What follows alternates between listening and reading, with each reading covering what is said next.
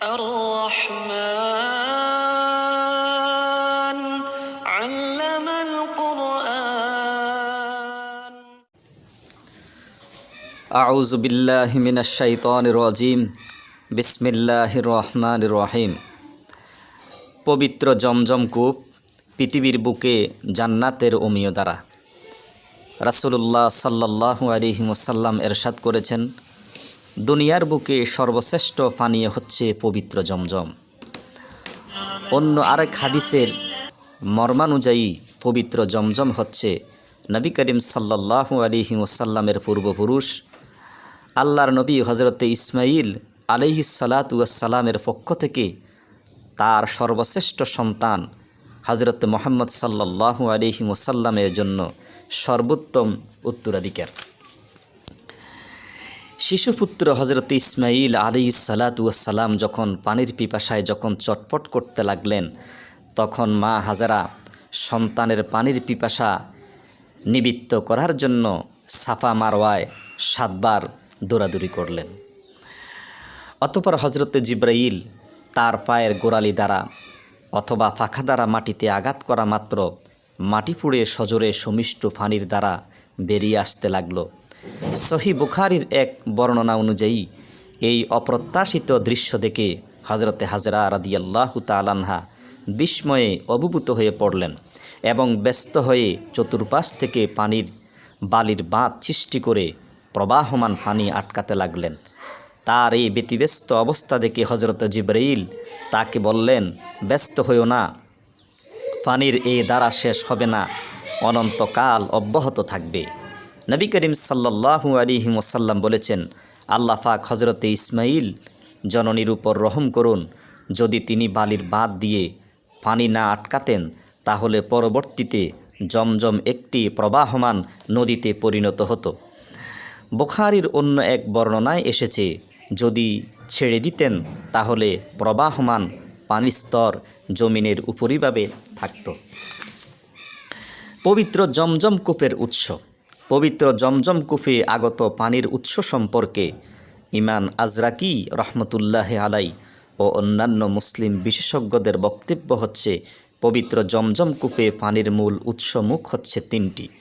প্রথম উৎসমুখ, যা পবিত্র কাবার নিচ হতে হাজরে আসওয়াদের কোণের দিক থেকে আগত, আর এটি পবিত্র জমজমের সর্ববৃহৎ উৎসমুখ, আর এই উৎস থেকে সর্বাধিক পরিমাণে পানি নির্গত হয়ে থাকে। দ্বিতীয় উৎসমুখ জাবাল আবু কুবাইস ও সাফার দিক থেকে আগত। তৃতীয় উৎসমুখ মারওয়া পাহাড়ের দিক থেকে আগত। এই 3টি উৎসমুখ থেকে কম বেশি পানি পবিত্র জমজম কূপে এসে জমা হতে থাকে। পবিত্র জমজম কূপের 22টি নাম রয়েছে, যার বৈশিষ্ট্য, মাহাত্ম্য ও সম্মান যত বেশি তার নামও অধিক হয়ে থাকে, কারণ প্রত্যেকে তার ভিন্ন ভিন্ন বৈশিষ্ট্যের জন্য সম্মানার্থে তাকে ভিন্ন ভিন্ন নামে নামকরণ করে থাকে। আর পবিত্র জমজম যেহেতু বহু স্বতন্ত্র বৈশিষ্ট্য ও বহুবিধ উপকারিতায় পূর্ণ, তাই এর নামকরণও করা হয়েছে বিভিন্ন আঙ্গিকে। এর 22টি নাম রয়েছে। 1. জমজম, এটাই এই পবিত্র কূপ বা পানির সর্বাধিক পরিচিত নাম। 2. বাররা, বাররা বলা হয় বরকতপূর্ণ বস্তুকে। যেহেতু পবিত্র জমজমের উপকারিতা অসংখ্য, তাই এই পানিকে বাররা বলা হয়। 3. বশরা, অর্থ সুসংবাদ। প্রচণ্ড পিপাসার মুহূর্তে হযরত ইসমাঈল জননীর জন্য এই পানি ছিল সীমাহীন আনন্দ ও অপ্রত্যাশিত সুসংবাদ, তাই এর নামকরণ করা হয়েছে বশরা বা সুসংবাদ। 4. আসেমা, অর্থ নির্দোষ হওয়া বা পাপ মুক্ত হওয়া। 5. মাকতুমা, অর্থ অজ্ঞাত থাকা বা লুকিয়ে থাকা। যেহেতু জুরহুম সম্প্রদায়ের পর এই কূপ দীর্ঘকাল অজ্ঞাত অবস্থায় ছিল এবং এক পর্যায়ে এসে রাসূল সাল্লাল্লাহু আলাইহি ওয়াসাল্লামের পিতামহ আল্লাহর নির্দেশে তা পুনরুদ্ধার করেন, তাই একে মাকতুমা বলা হয়। 6. নাফেআ, উপকারী। যেহেতু এই পবিত্র পানির বহুবিধ উপকারিতা রয়েছে, তাই একে নাফেআ বা উপকারী পানি বলা হয়। 7. সাবেক, অর্থ অগ্রগণ্য বা সর্বাধিক প্রাধান্যপ্রাপ্ত। 8. সালিমা, অর্থ প্রশান্তিদায়ক, নিরাপদ। যেহেতু এই পবিত্র পানি মানুষকে যাবতীয় শারীরিক ও মানসিক ব্যাধি থেকে আরোগ্য বা নিরাপত্তা দান করে, তাই এর নামকরণ করা হয়েছে সালিমা।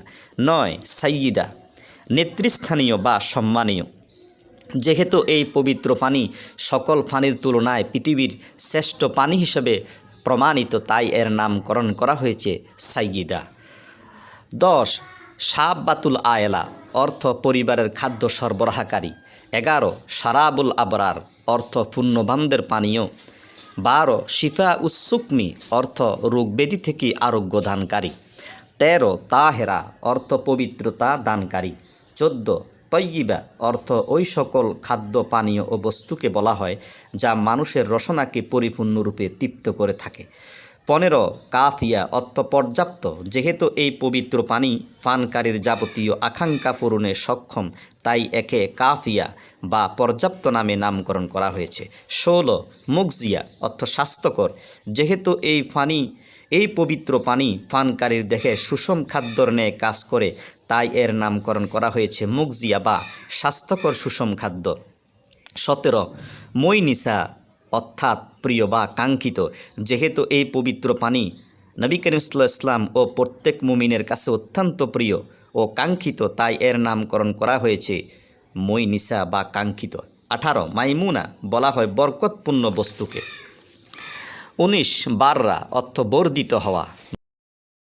20 হাজমাতু জিব্রাইল, অর্থ হজরতে জিব্রাইল আলাইহিস সালাতু ওয়াস সালাম কর্তৃক উৎসারিত দ্বারা। যেহেতু এই পবিত্র পানি আল্লাহ পাকের নির্দেশে হজরতে জিব্রাইল স্বীয় ফাঁকা বা ফায়ের গোড়ালি দ্বারা জমিনে আঘাত করে বের করে এনেছেন, তাই এর নামকরণ করা হয়েছে হাজমাতু জিব্রাইল। 21 সুকিয়াতু ইসমাইল, অর্থ হজরতে ইসমাইলের পানীয়। যেহেতু এই পবিত্র পানি আল্লাহ পাক পিপাসার্ত শিশু হজরতে ইসমাইল ও তার মায়ের পিপাসা নিবারণের জন্য জমিন থেকে উৎসারিত করেন, তাই এর নামকরণ করা হয়েছে সুকিয়াতু ইসমাইল। 22 বারাকাতুর রাসূল, অর্থ রাসূলের বরকতদন্য পানি।